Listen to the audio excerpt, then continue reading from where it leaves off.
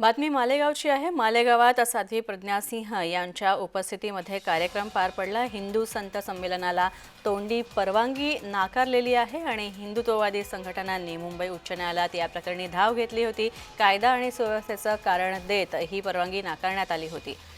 आपण पाहतोय हिंदुत्ववादी संघटनांची मुंबई उच्च न्यायालयात धाव घेण्यात आलेली आहे। तसंच साध्वी प्रज्ञा सिंह या कार्यक्रमाला हजर होत्या। मालेगावात साध्वी प्रज्ञा सिंह यांच्या उपस्थितीत कार्यक्रम आयोजित होणार होता, मात्र या कार्यक्रमाला परवानगी नाकारली आहे आणि ही परवानगी नाकारल्याबद्दल आता कार्यकर्त्यांनी मुंबई हायकोर्टात धाव घेतलेली आहे। हिंदुत्ववादी संघटनांनी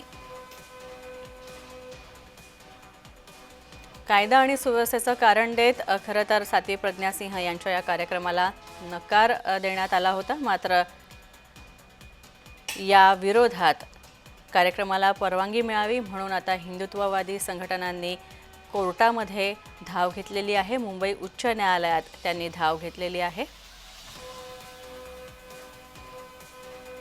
कायदा आणि सुव्यवस्थेचा प्रश्न इथे निर्माण होऊ शकतो आणि म्हणूनच मालेगावात जो कार्यक्रम होणार होता हिंदुत्ववादी संघटनांचा त्याला नकार देण्यात आला होता, परवानगी नाकारण्यात आली होती। मात्र हिंदू संत संमेलनाच्या मुहूर्तावर या कार्यक्रमासाठी साध्वी प्रज्ञा सिंह सुद्धा उपस्थित राहणार होत्या।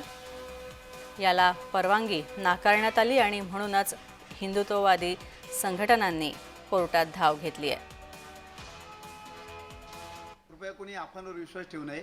मालेगावी गुढीपाडव्याच्या दिवशी दिनांक 30 मार्च 2025 रविवारी सायंकाळी 6 वाजता यशस्वी कंपाऊंड मालेगाव या ठिकाणी विराट हिंदू संत संमेलनाचा कार्यक्रम आयोजित करण्यात आलेला आहे।